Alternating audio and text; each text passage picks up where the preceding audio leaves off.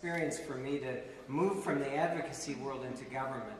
And I did it only because Barack Obama was elected president and Hillary Clinton became Secretary of State.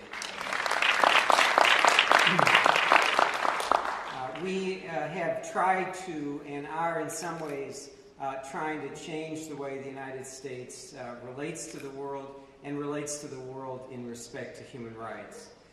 For one thing, we've made a commitment to engage in the world, what we're calling principled engagement. Rather than standing alone, our notion is that we ought to be part of the solution, working with other countries, other governments, and people around the world. We decided in 2009, for example, to join the UN Human Rights Council, rather than stand outside to try to reform it from within. We've made a judgment that we're not going to engage in unilateral acts of military intervention.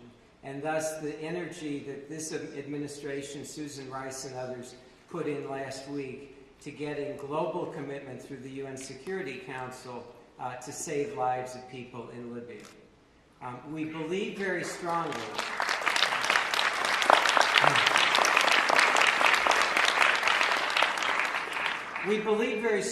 that it's also imperative that the world be judged, every government be judged by the universal standards of the Universal Declaration of Human Rights. There is one standard of human rights, and it has to apply to all countries, including our own.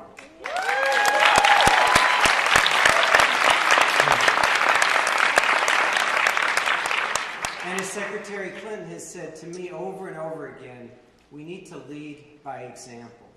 And so last week in Geneva, my colleague Harold Coe, who used to be in my position and is now the legal advisor at the State Department, participated in the final round of the Universal Periodic Review of the United States. For the first time last November, we went and presented our own record on civil, political, economic, and social rights in the United States. We listened to you. We listened to the non-governmental community. We had 15 sessions in 12 cities. 1,000 activists came and said, these are the things that need to change. But that process is just beginning. We need to be constantly reevaluating what we as a society should be doing to improve human rights within our own borders. And you need to make us do that properly.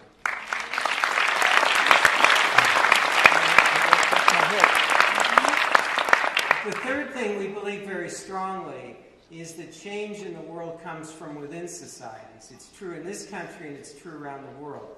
I just got back Friday from a week in Egypt. I was with Secretary Clinton. And we had one extraordinary meeting with about 20 or 25 activists. People, some of whom I've known for a while, some of them new to the scene, some of the activists that basically organized the protests in Tahrir Square that led to the ouster of President Mubarak and the democratic transition that's now going on in Egypt. And those activists spoke to us in clear terms. They said, this is an Egyptian revolution.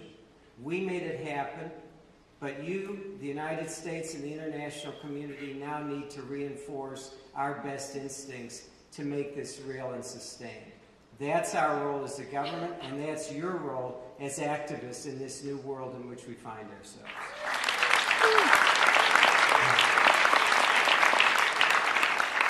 I want to take a couple of minutes and just itemize or just list 3 or 4 categories of what the agenda is going to be and is today as I see it.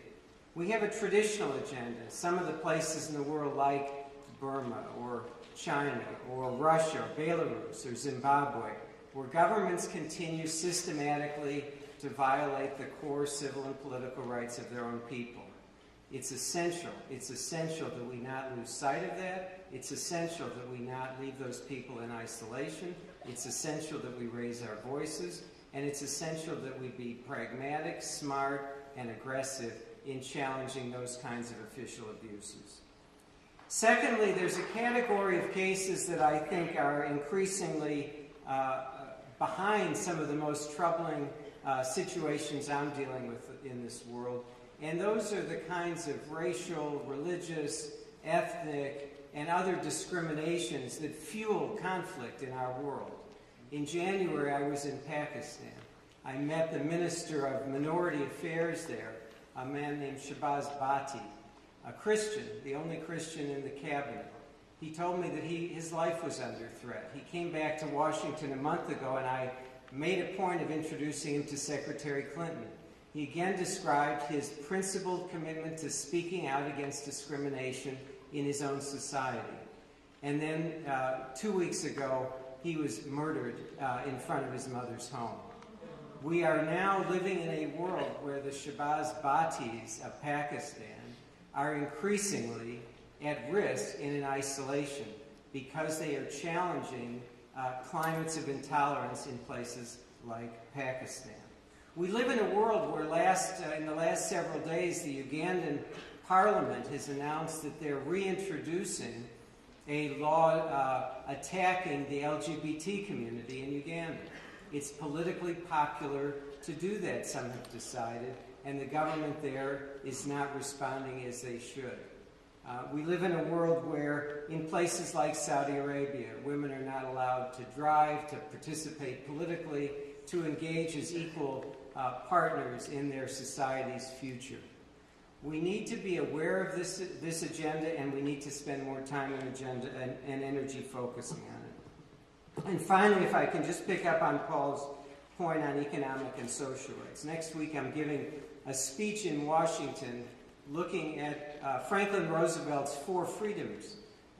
Franklin Roosevelt, in January of 1941, in preparing the United States to go to war, linked security, freedom from fear, civil and political rights, freedom to worship, freedom of speech, and economic and social rights, freedom from want.